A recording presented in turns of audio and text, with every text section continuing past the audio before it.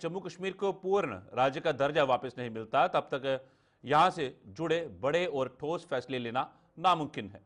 उन्होंने यह बात जम्मू में शहीदी दिवस के अवसर पर आयोजित एक कार्यक्रम में कही। चौधरी ने भारतीय जनता पार्टी पर तीखा हमला करते हुए कहा कि पार्टी ने जम्मू के हितों की लगातार अनदेखी की है।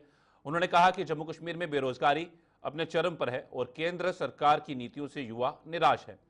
उन्होंने आरोप लगाया कि कश्मीर तक रेल सेवा शुरू होने से जम्मू को आर्थिक नुकसान हुआ है क्योंकि व्यापारिक गतिविधियां घाटी की ओर शिफ्ट हो गई हैं। सुरेंद्र चौधरी ने भाजपा विधायकों को केंद्र सरकार की कठपुतली बताया और कहा कि उनमें कोई स्वतंत्र सोच नहीं है। उन्होंने दावा किया कि भाजपा नेताओं को केवल सत्ता की चिंता है जबकि जनता के असली मुद्दों से वे पूरी तरह से कटे हुए हैं। हमारे बुजुर्ग थे जम्मू सूबे के, वो तो चले गए दुनिया छोड़ के। हम लोग हैं, आप लोग हैं, और हमारे बाद जो नई पीढ़ी आगे आने वाली है, आप मेरी भी 57 एज हो गई, आगे कितने आजकल तो पता ही नहीं है। आप लोग भी इसको समझने की कोशिश करिए। आपके मुद्दे कुछ और हैं, उन मुद्दों पे, और सबसे बड़ा मुद्दा मैं बार बार कह रहा हूं, एम्प्लॉयमेंट है। जो बच्चा जिसको रोजगार चाहिए, उस माँ बाप को पूछो जिन्हें बच्चों का घर में, आप जाएं जम्मू यूनिवर्सिटी के बाद कितने लोग बैठे होते हैं बेले, आप जाएं मेडिकल कॉलेज के बाद कितने लोगों ने डिग्रियां, जाएं इंजीनियरिंग कॉलेज के बाद कितने लोग हैं, दूसरे आपकी छोटी मोटी और पढ़ाइयाँ जितनी, कितने लोग बच्चे बेरोजगार हैं जम्मू में, और एक बिजनेस था वो भी आपका खत्म हो गया।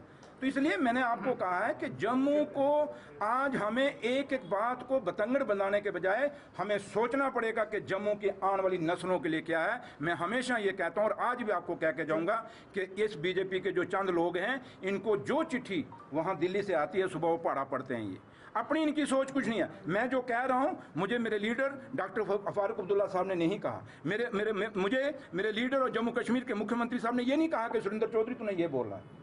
इसलिए मैं जो बातें आपके सामने रख रहा हूं, एक अंदर दिल से रख रहा हूं, जो मैं श्रद्धांजलि की बात कर रहा हूं दिल से रख रहा हूं। इसलिए मैं आपसे यही रिक्वेस्ट करूंगा कि आप हमें सबको मिलकर, चाहे मीडिया है, चाहे सिविल सोसाइटी है, चाहे हम लोग हैं, चाहे लीडरशिप है, किसी भी पॉलिटिकल पार्टी है, हमें एकमुठ होकर जम्मू के बारे में सोचना पड़ेगा।